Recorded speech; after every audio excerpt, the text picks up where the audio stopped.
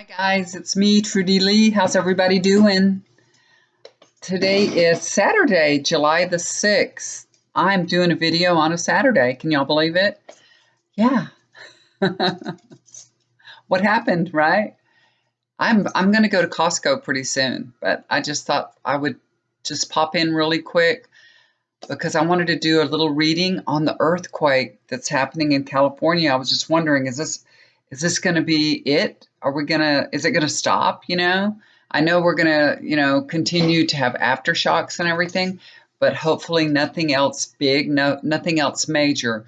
So I just wanted to ask Spirit if they could tell us what's going on, if we're going to see any more, big earthquakes coming. So the first thing that I get, the impression I get when I meditate is I just feel rumblings.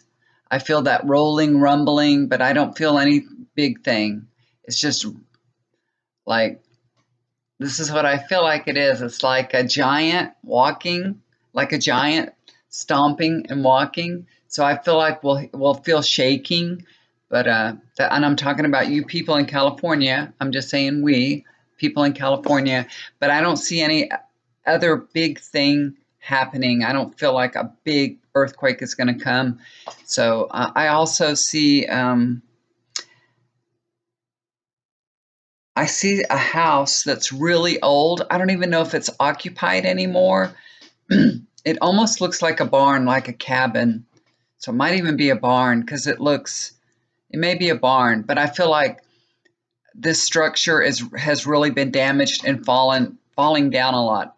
I don't think anybody's hurt, but I see, like I said, it looks like either a barn or an old cabin. It's something that looks really old, and I feel like it, fell apart. It got really damaged.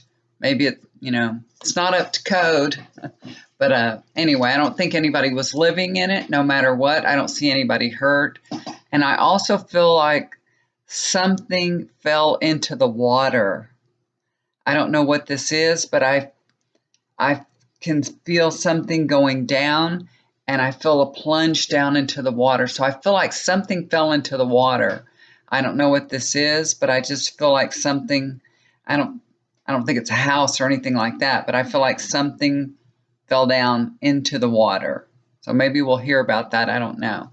Okay, so the first thing, I have all my cards laid out, ready to go. And the bottom of the deck is the flavor of the reading. This is the Five of Pentacles. So the people are literally walking in the streets in distress. They don't even want to go into their homes right now. This is true. The earthquakes are still coming, and people are just, they're frightened, and they're staying out on the streets, just like this says. But the good news is the worst is behind them. So even though they're fearful, the worst is behind them. I feel like that's what this card means, that hopefully we won't see anything big coming, happening. Let's scoot up a little bit here. Okay, the first card that I get is the Emperor. So he represents strength and stability.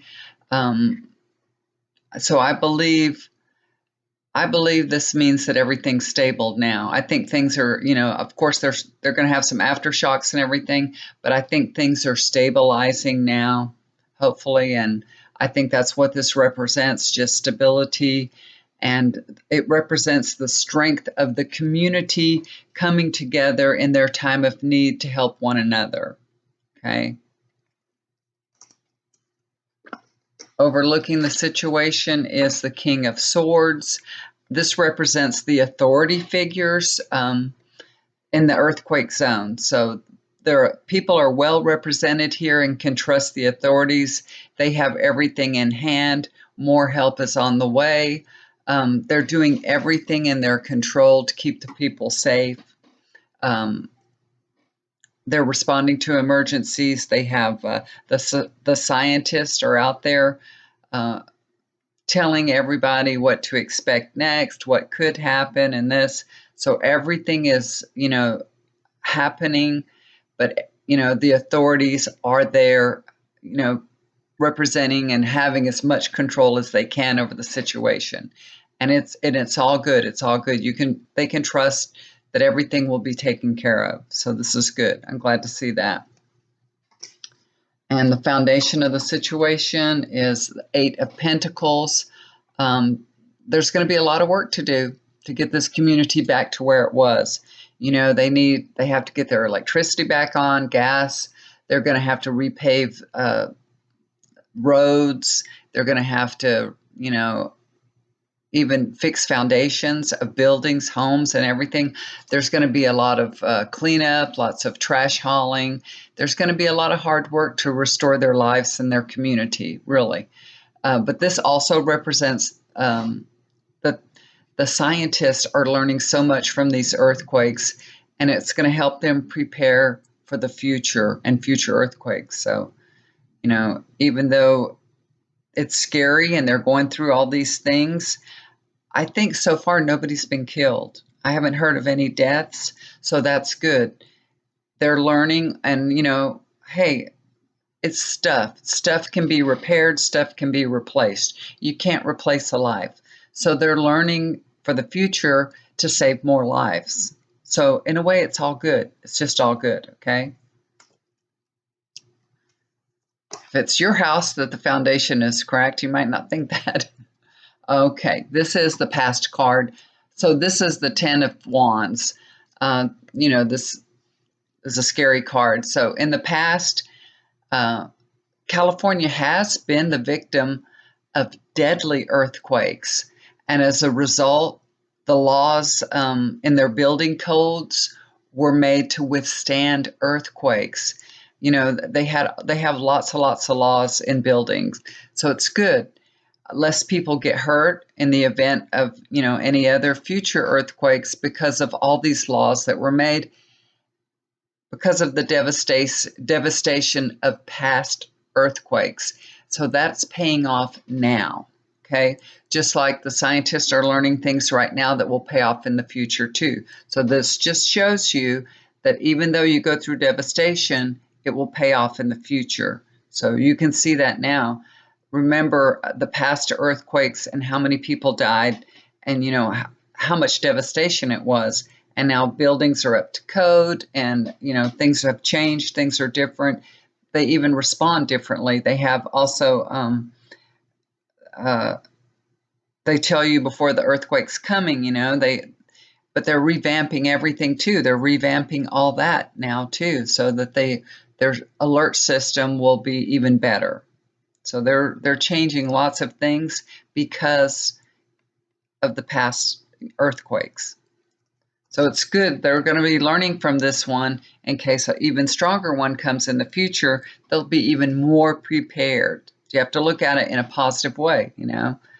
Glass half full. Okay, here we go. This is the future. This is the Eight of Wands.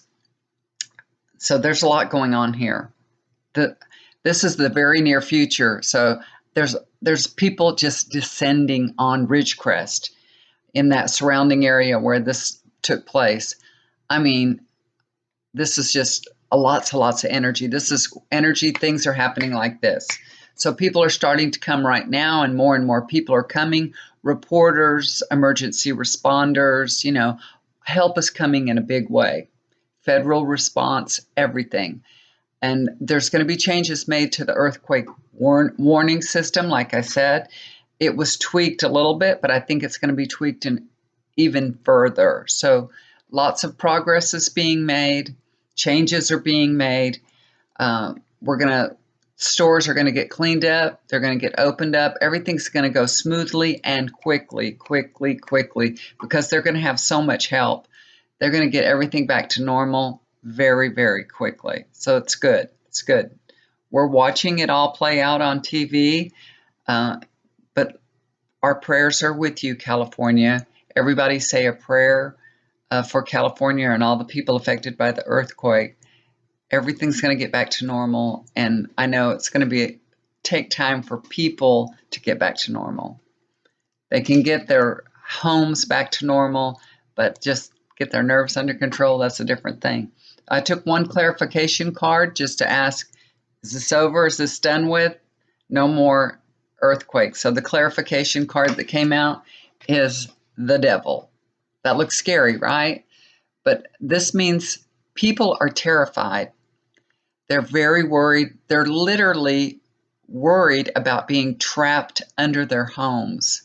This is all about being trapped, They're just worried about it. That doesn't mean it's going to happen. It means they're terrified and worried. So I think there's no indication here that there's any kind of big earthquake coming or that it will hit, not anytime soon. But it's going to take time for nerves to soothe, you know. It's just temporary, and people are going to get back to their normal lives very, very soon. Okay, and if you're going to live in California, earthquakes are something each person must come to terms with, It's simply your choice to live there or not. I mean, it's as simple as that. If you don't want to live in an earthquake area, move away. Come to Texas. It's flat here. Most parts of Texas are flat. I live in the hill country, but most of it's flat. And where I live in San Antonio, I live right at the edge, about 15 miles outside, right at the foot of the hill country. I mean, knock on wood, we don't even really get tornadoes or anything here because we're a little higher up. So it's really a good place. We don't get any floods or hurricanes or nothing, but it is hotter than heck. I have to say that. Okay, guys, so it looks like, I think the worst of it's over for California. As far as the earthquake, I think that was the biggest one. I don't see anything big and devastating coming. Even they're going to, like I said, there's going to be a few more rumbles. Like I said, the giant walking and everything is shaking, but I don't feel like anything's going to fall over. I don't see any big devastation. They didn't get the tower or anything like that, so I don't see anything horrific happening. It's probably the worst is over. Thank goodness. I'm glad to see.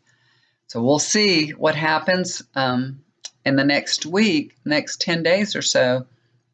See what happens. But this is very near. This is the very near future. I didn't go all the way out to the outcome, but this is the very near future. So I think for the next week or so, everything's going to be okay. But we'll see what happens, okay? All right, guys. I hope you guys had a beautiful 4th of July. I hope y'all celebrated with family. I did. You guys know that I was doing my deck and getting my deck prepared for all the fun.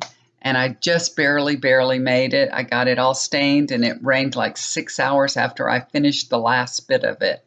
I had the corner of the deck left, and I did that, and like 6 hours later it rained. So I was like, okay, well, it had a chance to, it was pretty dry. Might have been a little bit sticky, but it was pretty dry. It was in the wood pretty good. So I'm happy. Everything's good. The kids came over. All my kids and my grandkids came over at about 6 o'clock.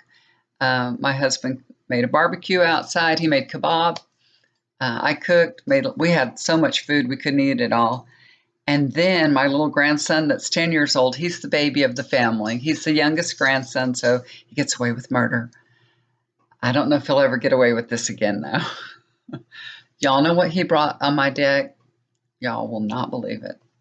Confetti eggs, cascarones.